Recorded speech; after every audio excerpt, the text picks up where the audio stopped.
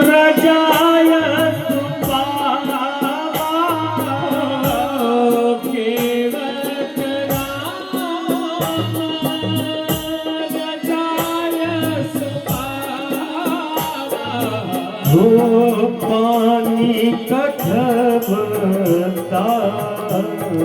भरी ले आवा पानी कठबता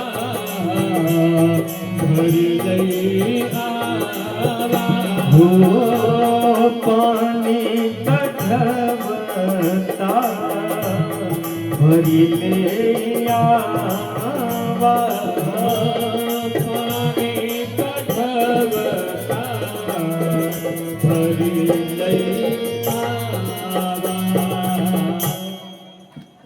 भगवान बोले, हे केवट भैया, आप वही उपाय करिए जिससे आपका नाव बचे। सोई करू जे तो नाव न जाए, और जल्दी करिए, हमको उस पार जाना है। अब सोचिए, भक्त को मान देने के लिए भगवान क्या क्या नहीं लीला करते हैं।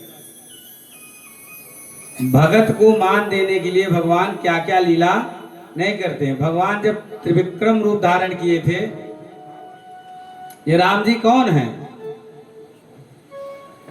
ये राम जी वही है जब बल इबादत प्रभु सोतन बरन न जाए, जिनके शरीर का वर्णन नहीं किया जा सकता। इतने विशाल शरीर इन्होंने बना लिया था कि 3 पग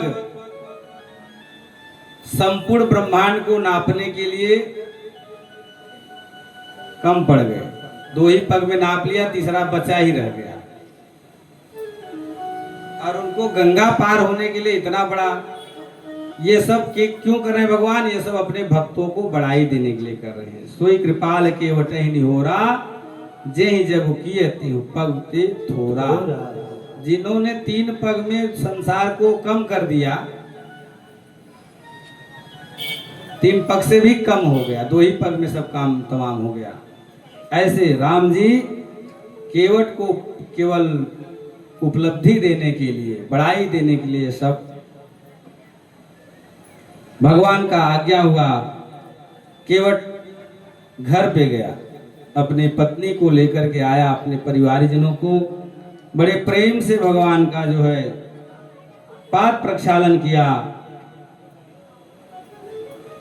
अब तो केवट के इस सौभाग्य को देख करके देवता लोग पुष्पों की वर्षा करने लगे। वाह रे केवट, आपका कितना बड़ा सौभाग्य है।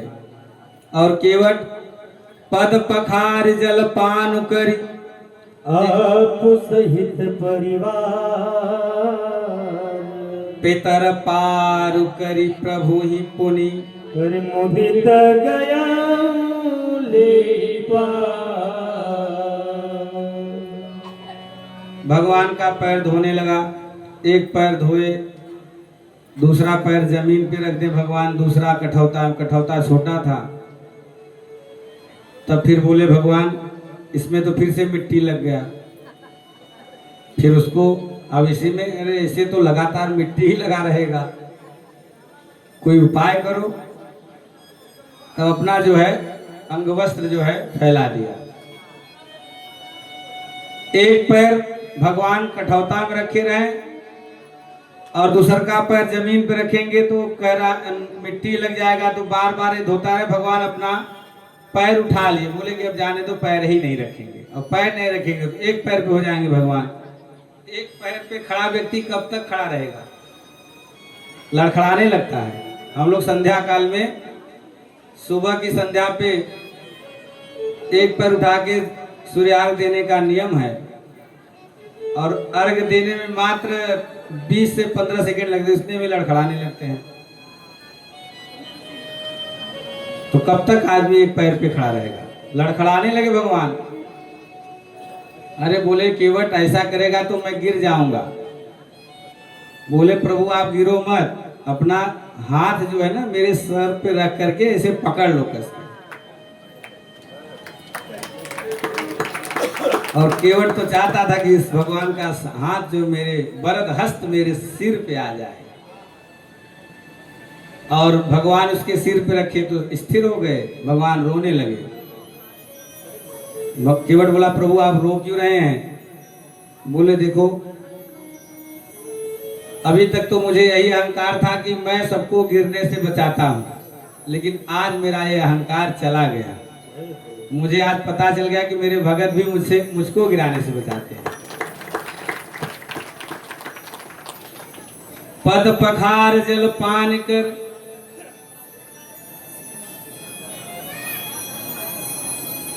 चरणामृत ले लिया, और फिर दूसरी बार जल पैर पखार करके अपने परिवार में बांटा। भगवान बोले, कितना बार पैर धोगे? बोले, क्या करें प्रभु, परिवार लंबा है, अब एक को देंगे एक को नहीं दे, झगड़ा तो करवाना नहीं है। आप तो चले जाओ, फिर यहाँ हमारा सब सिर धुनेंगे कि हमको चरणामृत नहीं दिए। तो पूरे कुटुंबी जनों, बंधु बांधव को सबको दिया। इसके बाद फिर एक बार पखारने। बोले, अब तो हो गया आपका जो परिवार यहाँ है सबका हो गया? बोले, नहीं, अभी कुछ लोग बाकी हैं। कौन बाकी कहें? जो ऊपर चले गए वो बाकी हैं। अरे बोले, ऊपर चले गए दिख कहाँ रहे हैं? बोले, प्रभु आपको दिख ही जाते तो फिर वो नरक में कैसे रहते? आपने देखा नहीं इसलिए नरक में पड़े हैं। आप देख लेते तो नरक में कैसे रह सकता है? आप नहीं देखे हैं, हमको लेकिन दिखाई पड़ रहा है। मेरे हर पितृपक्ष में तर्पण करना पड़ता है, लेकिन आज मौका अच्छा है। आपके चरणामृत को धो करके, चरण को धोकर इससे जब तर्पण करूंगा तो फिर इनका मोक्ष हो जाएगा। पितर पारु कर प्रभु ही पुनि अरे मुदित गया ले पार। प्रसन्नता पूर्वक उस बात